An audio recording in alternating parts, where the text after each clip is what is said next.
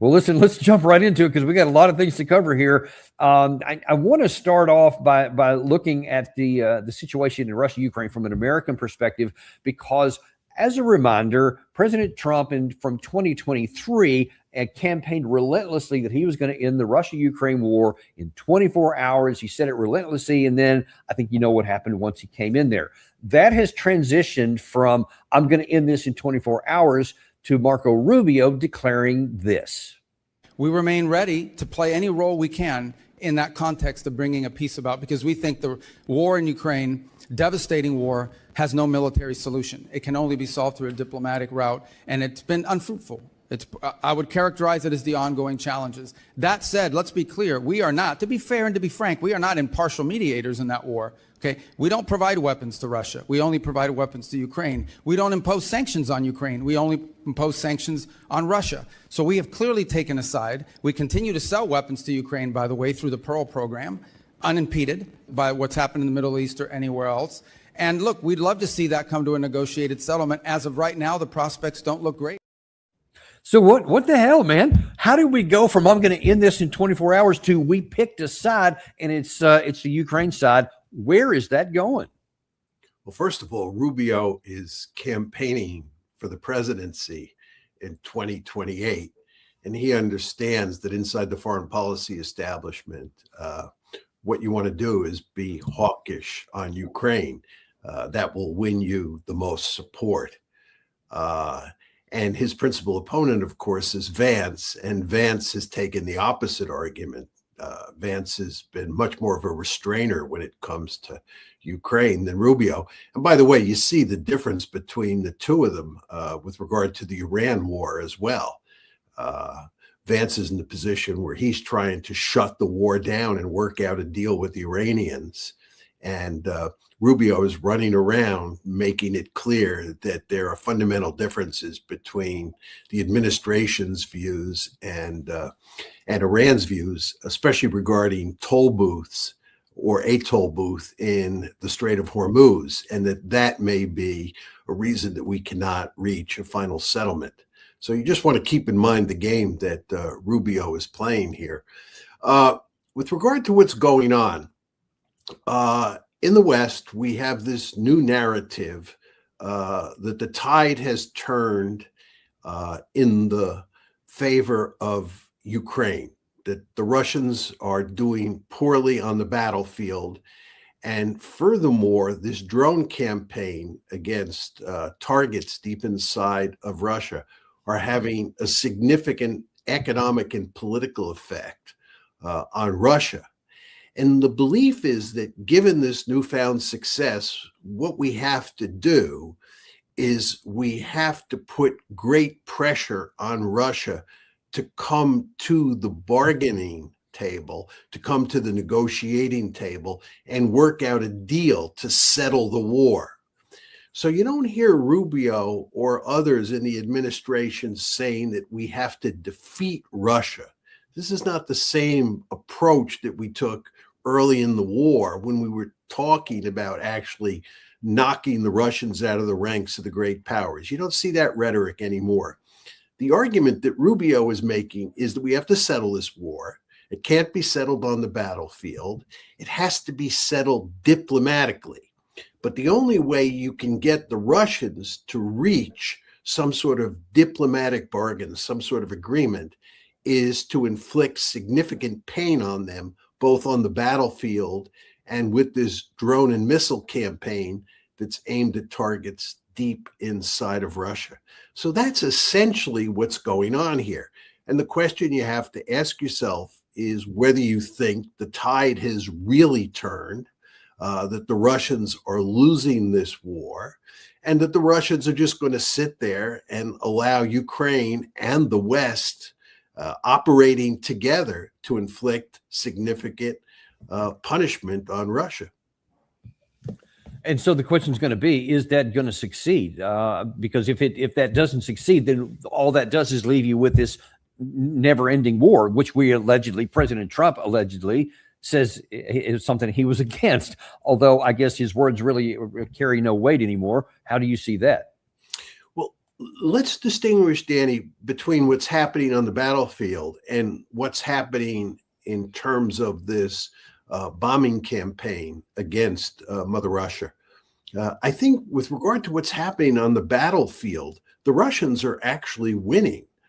Everything I read tells me that they're on the move, and they're well on their way to taking control of all of the Donbass. And this should be accomplished by the end of the summer, if not the early fall. I see no evidence that the Ukrainians are reversing the situation on the ground. So I don't know what people are talking about there. And if you read all the articles that are written on this subject carefully, there's no evidence in those articles that the Ukrainians have turned the tide. So this brings us to the whole question of the campaign of the bombing campaign deep into Russia, with mainly drones, but also some missiles. And the question is, can the West and Ukraine working together inflict significant punishment on Russia and cause Russia to come to the negotiating table and cut a deal that's actually quite favorable to Ukraine? Is that possible? And there's no question that the Russians understand the game that the West is playing here, right? They understand that the West is cooperating big time with Ukraine, and that if anything, the West and Ukraine intend to escalate this air campaign, this drone campaign against Mother Russia, and the situation is only going to get worse with the passage of time. Now, of course, people like Rubio think that this will bring the Russians to the negotiating table. It will get them to throw up their hands. I don't think that's going to happen. First of all, you want to talk about what Putin's reaction is to all of this. It's quite clear from recent comments that he's made that he believes that the West is at war with Russia. He thinks that the West is out to defeat Russia. And he, of course, is not going to allow that to happen. So the question that is then raised is, what does Putin do? And I believe that there is lots of evidence that the Russians are preparing themselves to strike military targets in Europe with conventional weapons. And if that doesn't work, they will use nuclear weapons. Now, Putin, of course, has not said this, but Sergei Karaganov has famously made this argument in the West. And if you read the Russian media carefully, there are all sorts of people inside of Russia who agree with Karaganov that it's time for the Russians to take off the gloves.